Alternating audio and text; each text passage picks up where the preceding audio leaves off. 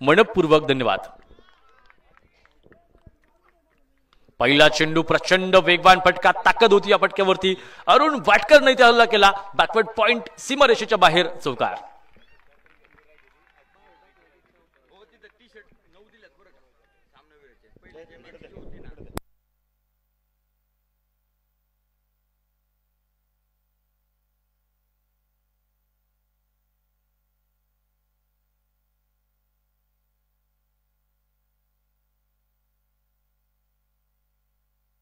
मुक्त गोलंदाजच्या मार्कवरती पहिल्या चेंडूवरती चौकार आला अरुण वाटकरच्या बॅटमधून।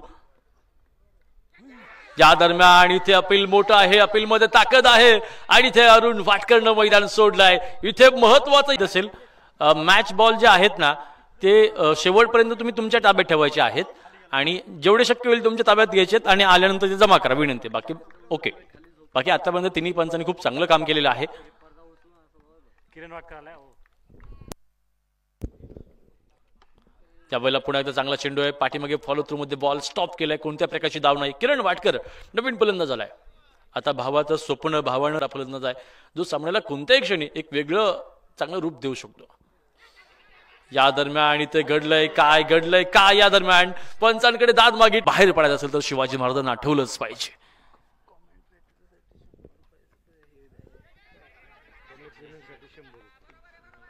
मलाही मूडशी वाटत नाही आणि विषयात मुळात जर बघायला गेलं तर मुळात विषय पैशांचा नसतो। पैसा आज न उद्या आपण कमवत राहतो, पण प्रेमाची माणसं कमवता आली पाहिजेत।